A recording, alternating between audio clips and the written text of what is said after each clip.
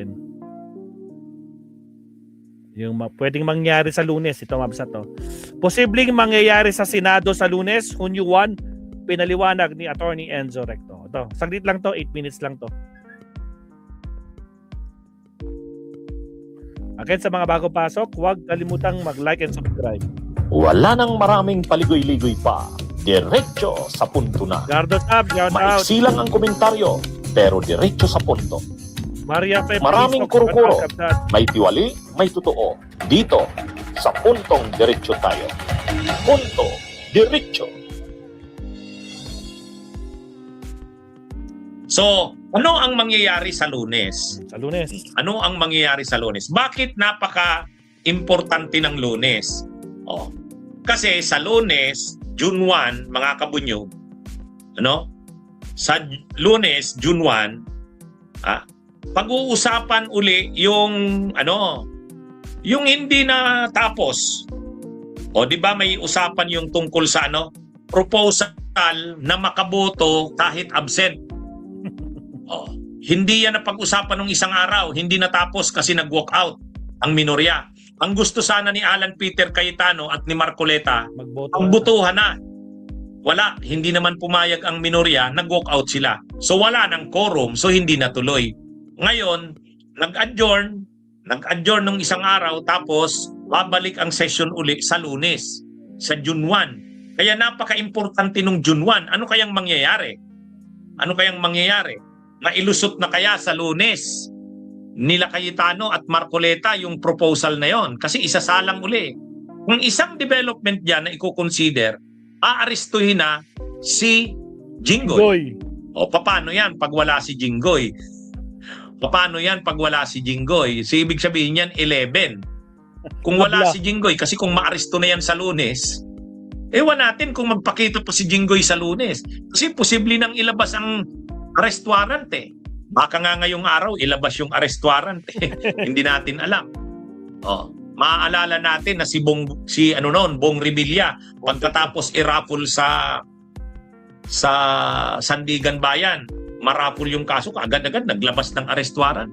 Tapos pagkagabi sumurrender na si Bong Revilla. Oh, di ba? Yan yung nangyari. So sa Lunes, aabangan natin ang mangyayari. Kung wala na si Jinggoy, kasi kung magtatago siya, kung hindi siya magpapaaresto, magtatago siya. Dalawa nang magtatago niyan, si Bato at saka si Jinggoy. Kung magpapaaresto naman si Jinggoy, di nakakulong siya.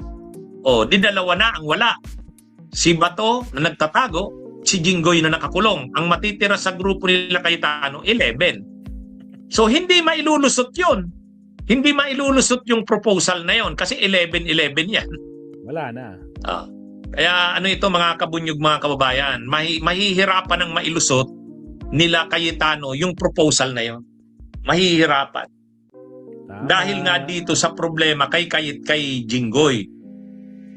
Ewan natin kung a-attend pa si Jinggoy sa Lunes. Ewan natin kung a-attend pa siya. Pero pag umattend siya, pa rin, lalabanan pa rin ng ng minorya ang ang motion na yan. Yung proposal na palitan na payagang makaboto kahit wala. Pag haharangin niya ng minorya. Sabi nila Senador Ping Lacson, mayroon na rin silang plano kung anong gagawin nila sa Lunes. Panibagong labanan na naman. Hindi daw nila panulusutin yung proposal na yan. Kaya mga kabunyog, mga kababayan, itong sa Lunes ay matindi kung anong mangyayari dyan. Posible na magkaroon na ng pagpapalit ng liderato ng Senado sa Lunes. Kaya aabangan natin itong Lunes na ito. Sigurado may plano na naman dyan sila Cayetano. Ito kasing si Cayetano, ibang klase ito. Napakatuso nito na politiko.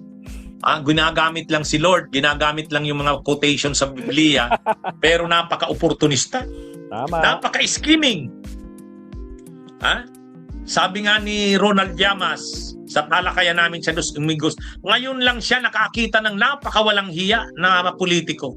Ito ay si Alan Peter Cayetano. Nakakubli sa mga quotation sa Bible, nakakubli sa bukang bibig ay pangalan ng Panginoon, ni Lord, pero sa totoo lang napaka-scheming. Nung isang araw, yung ano na yon, yung ilulusot na sana nila, ibabraso na yung minorya, pagbubutuhan na. Si Cayetano ang ano nun. Pasimuno. Si Cayetano. Ay di ba sabi ni Cayetano, Let's divide the house. medyo ano na tayo, nagdiskusyon na tayo. Pagka naman mayroon tayong pagkakaiba-iba sa opinion, ang gawin na natin, let's divide the house. Ipipilit sana talaga ni Cayetano nung nakaraang araw.